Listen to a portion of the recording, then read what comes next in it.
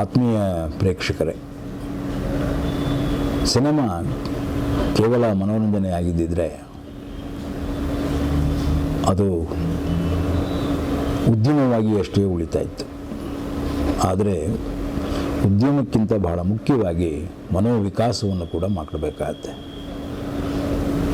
ಆ ದೃಷ್ಟಿಯಲ್ಲಿ ಹಲವು 10 ಕಥೆಗಳು ಮನಸ್ಸನ್ನು ಕಲಕುವ, ಮನಸ್ಸಿಗೆ ಇಡಿಸುವ, ಮನಸ್ಸಿಗೆ ಮುದಗೊಳಿಸುವ ಬಹಳಷ್ಟು ಕೆಲಸಲ ನಮ್ಮನ್ನು ಕಾಡುವ ಕಥೆಗಳು ಬರ್ತವೆ.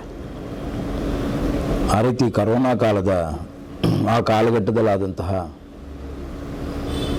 ವಸ್ತುಸ್ಥಿತಿಗಳನ್ನು ಇಟ್ಕೊಂಡು ತಮ್ಮದೇ ಆದಂತಹ ಒಂದು ಕಥೆಯನ್ನು ಕಾದಂಬರಿ ಅವನಿಯ ಮುಖಾಂತರ ಅವನಿ ಚಿತ್ರತಂಡ ಹೊರಗೆ ತಂದಿದೆ. ಸಿನಿಮಾ ಮನುಷ್ಯನ ಭವಿಷ್ಯದ ಬಗ್ಗೆ ಸಾಕಷ್ಟು ನಾಳೆಗಳ ಬಗ್ಗೆ ನಂಬಿಕೆಗಳನ್ನು ಹುಟ್ಟಿಸುವಂಥದ್ದು.